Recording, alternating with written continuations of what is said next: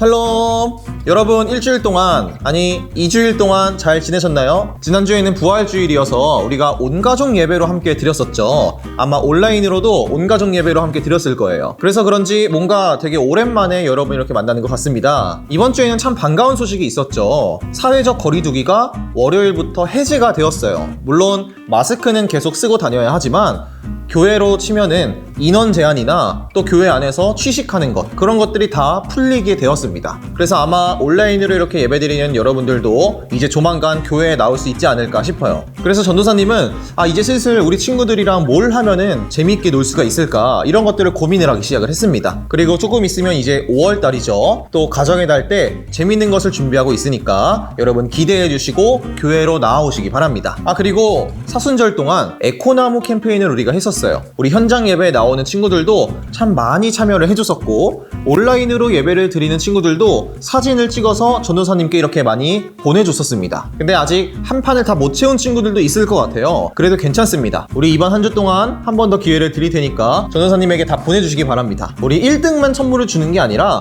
참가한 친구들도 모두 선물을 줄 계획에 있으니까 여러분 전도사님에게 사진으로 보내주셔도 좋고 실제로 가져오셔도 좋습니다. 오늘 하나님께서 우리에게 주신 말씀은 고린도 후서 3장 2절에서 5절까지 말씀이에요. 여러분 혹시 편지를 써봤나요? 요즘엔 다 핸드폰을 쓰기 때문에 편지를 그렇게 많이 쓸 일이 없죠. 보통 카톡으로 보내고 문자로 보내니까요. 사실 전도사님이 어렸을 때도 스마트폰이 없었는데도 편지를 그렇게 자주 쓰진 않았어요. 어떠한 일이 있을 때만 편지를 썼었죠. 생일날이나 어버이날이나 크리스마스 때 이런 날에만 편지를 썼던 것 같아요. 그럼 반대로 여러분 편지를 받아본 적이 있나요? 전도사님은 최근에 편지를 2개를 받았습니다. 하나는 전도사님 친구가 결혼을 해서 청첩장을 보내줬어요. 그래서 청첩장을 받았고, 또 하나는 전도사님이 살고 있는 집에 관리비 청구서를 받았습니다. 편지에는 다 그 각각의 목적이 있어요. 하고 싶은 말이 있습니다. 편지를 통해서 전하고 싶은 이야기가 있어요. 전도사님이 받았던 청첩장은 결혼 소식을 알리는 목적이 있고, 또 관리비 청구서는 이번 달에 얼마가 나왔고 어디로 얼마를 보내라, 이러한 목적이 있어요. 다른 편지들도 마찬가지겠죠. 생일 편지는 생일을 축하하는 목적으로, 또 내가 좋아하는 친구에게 편지를 쓸 때는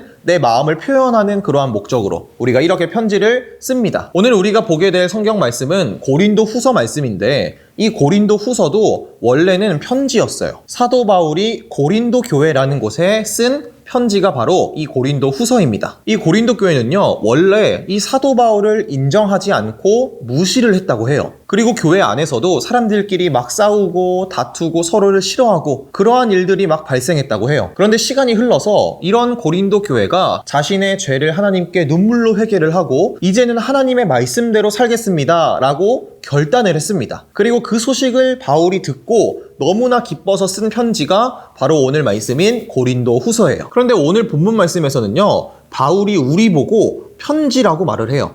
너는 편지다, 이렇게 이야기를 하는데 어떤 뜻일지 우리 본문 말씀 3절 말씀을 한번 읽어보도록 할게요. 여러분은 분명히 그리스도께서 보내신 편지입니다. 우리는 이것을 작성하는 데 봉사하였습니다.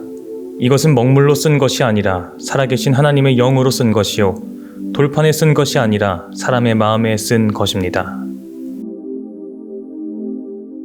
우리가 어떤 편지라고 되어 있죠? 그리스도께서 보낸 편지다, 이렇게 적혀 있어요. 그리스도는 예수님을 의미하죠. 그래서 그리스도가 보낸 편지다 라는 것은 예수님의 편지다 라고 하는 거예요. 그런데 이 편지는 먹물로 쓴 것도 아니고 돌판에 적은 것도 아니래요.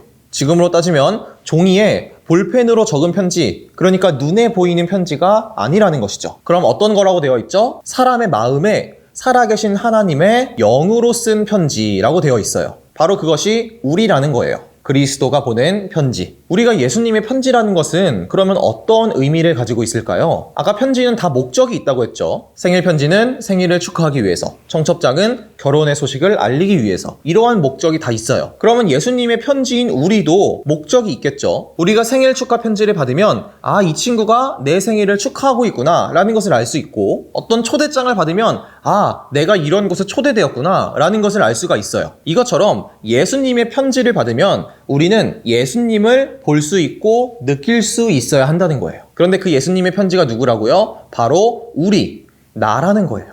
그러니까 예수님을 모르는 친구들이 예수님의 편지인 우리의 모습을 보고 예수님을 볼 수 있어야 한다는 거죠. 우리의 모습을 보고 예수님이 있는 사람들은 저런 모습이구나, 이런 것을 깨달을 수가 있어야 한다는 거예요. 그러면 우리가 어떻게 그 예수님의 편지가 될 수 있을까요? 어떻게 우리의 모습을 보고 사람들이 예수님을 볼 수가 있을까요? 예를 들어서 집에서는 부모님의 말씀을 잘 듣고, 학교에서는 도움이 필요한 친구가 있다면 그 친구들을 도와주고, 또 친구들과 있을 때 항상 밝은 분위기를 만들어주고 다른 사람들을 기쁘게 해주는 그러한 행동들을 하면 우리가 예수님의 편지가 된다는 거예요. 우리의 말이나 우리의 행동을 통해서, 우리의 모습을 통해서 하나님의 사랑이 나타나고, 또 우리의 착한 행실로 인해서 예수님을 모르는 친구들에게 예수님을 전할 수 있는 것, 그것이 바로 예수님의 편지인 우리라는 거죠. 예수님의 편지라는 단어를 조금 더 요즘 말로 바꿔볼까요? 우리는 예수님의 카톡입니다. 네, 여러분은 예수님의 카톡이에요. 예수님께서 보내신 카톡입니다. 그래서 이번 일주일은요, 우리가 예수님의 카톡이 되어서 예수님을 모르는 친구들이 있다면 그 친구들이 예수님을 알 수 있게 되기를 바라요. 나의 말과 행동, 나의 모습을 통해서 예수님을 모르는 친구들이 예수님을 조금씩 알아갈 수 있는 그런 일주일이 되기를 바랍니다. 우리 모두가 그런 예수님의 카톡이 되어서 예수님의 이름을 전할 수 있는 우리 이번 일주일이 될 수 있기를 예수님의 이름으로 축복합니다. 전도사님이 기도할게요. 하나님 감사합니다. 오늘 말씀을 통해서 우리는 예수님의 편지라는 것을 알게 해주셔서 감사합니다. 예수님의 편지라는 것은 예수님을 모르는 친구들이 나의 말과 행동을 통해서 예수님을 알 수 있게 되는 것을 말합니다. 우리 주니어 친구들이 그런 예수님의 편지가 될 수 있게 해주세요. 그래서 기쁜 마음으로 예수님을 전할 수 있는 우리 모든 친구들 될 수 있게 해주세요. 이제 사회적 거리두기가 끝났는데 조금 더 편한 마음으로 함께 예배드리고 즐겁게 놀 수 있기를 기대합니다. 끝까지 우리 친구들과 함께 해주시고 우리 친구들의 건강을 지켜주세요. 우리를 너무나 사랑하시는 예수님의 이름으로 기도드립니다. 아멘. 예수님께서 가르쳐주신 기도로 오늘 예배를 마치겠습니다. 하늘에 계신 우리 아버지여, 이름이 거룩히 여김을 받으시오며 나라가 임하시오며 뜻이 하늘에서 이루어진 것 같이 땅에서도 이루어지이다.